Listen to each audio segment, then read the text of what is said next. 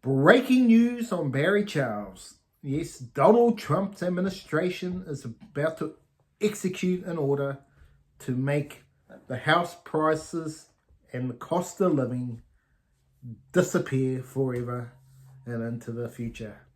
Can the Trumpster pull a rabbit out of his hat, or out of his toupee, you could say, to deliver housing affordability to the masses in the US? He is the king of commercial real estate.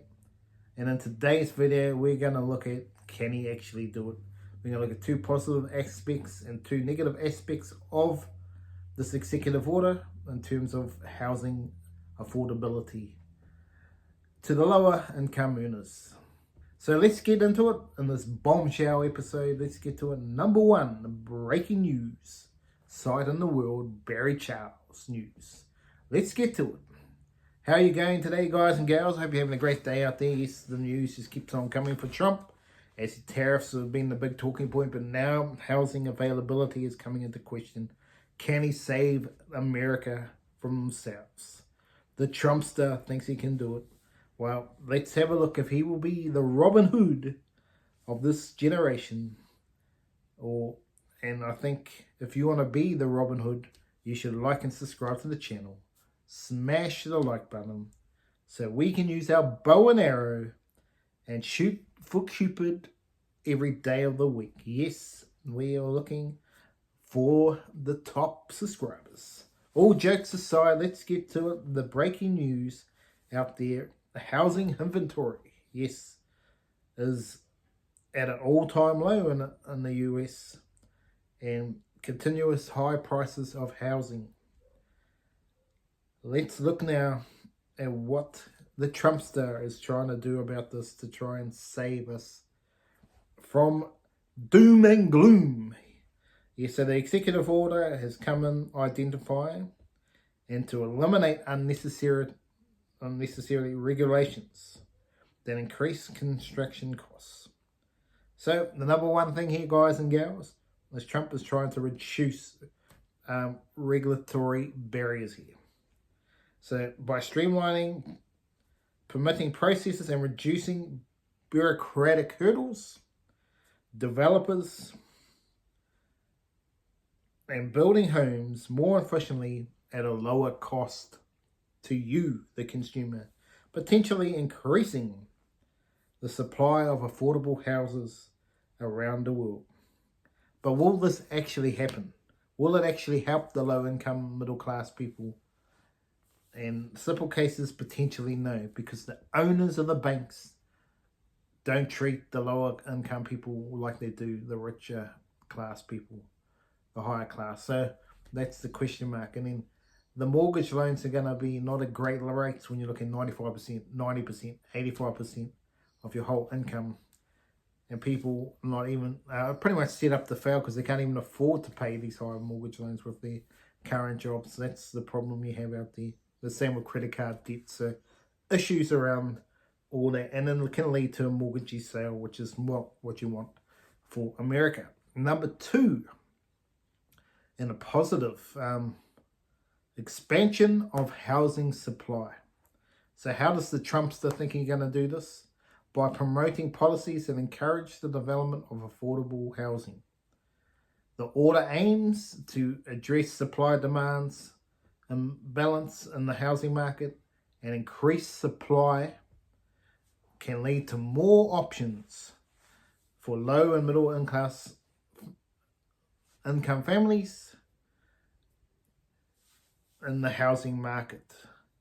But what we don't know from this administration is how much money, how many houses are they actually going to build? Is it going to be 1 million when you've got 340 million people in this world, in America?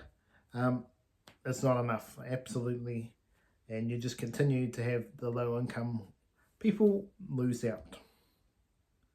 Well, now we've looked at two positives about this breaking news. Let's have a look at two negatives about this executive order. What is something that this Trump order is not really addressing? Well, the one thing, they can derail the housing costs and cost of living pledge. Number one, potential labor shortage. Yes, it's all good about talking about doing all these affordable houses. Who are you going to pay to have these houses? You're going to have people coming from overseas at cheap rates to make this happen, um, because the skilled labour shortage in the construction industry, which could lead to delays in labour costs, like counteracting the reduce in house prices, and impedes the timely development of affordable housing products. So where can they get the cheap labor from? It's basically, can they get people from China and then Philippines and all that at cheap rates, to get all this done? That is the, because if you're paying the Americans and all that, you're paying top dollar and you're not going fast. So there's got to be some sort of compromise. And then if you compromise on skillship in terms of qualifications, then you start looking at the quality of work that you're providing in these affordable houses.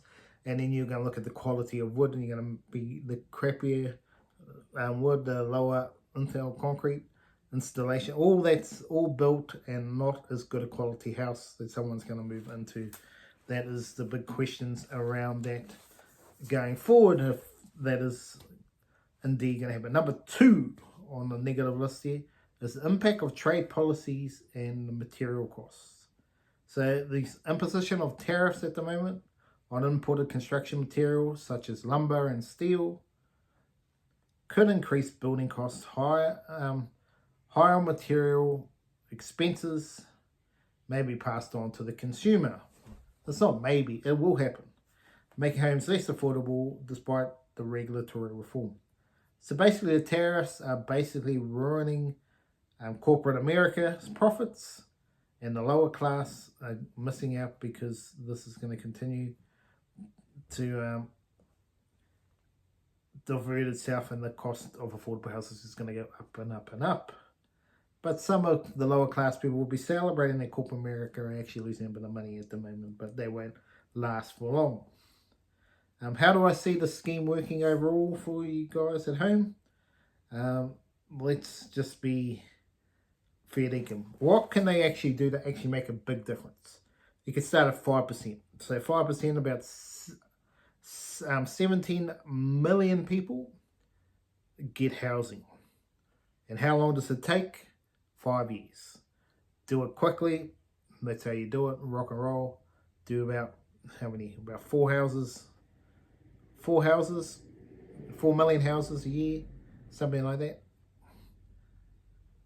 Work on that, and then they get you to 20. So that's what they should look at doing, something like that. Give them actual projections to make housing more affordable for the less fortunate out there. That's just a way to start that up. But let's have a look at the richer. It looks like the richer are just going to get richer and the poorer are going to get poorer. So what will this do for Donald Trump? So if Donald Trump can somehow make this work and make the world a better place out there, it'll actually be good for his presidency, in terms of what his legacy is, that he was able to give affordable houses to so many people in America. That'll actually be a big thing for a Republican to have, because it's not always the case. They're often about the money. So maybe there's a chance for Donald Trump to actually get some positive stuff out of his career in the thing. But what do Donald Trump actually have to do to make this all actually work properly? Mortgage rates got to come down. That's one thing. 2 is getting the labor people in at the cheap rate and the fixed rate. This is how much it's going to be for 5 years. It's not going to go up with inflation. Then what's next after that? Is getting the right developers that want to help. They're not going to cut corners to make it. They're going to build it as they need to and be very good on their quality. That is the key that Donald Trump needs to look at. Looking for people to help the people less fortunate out there.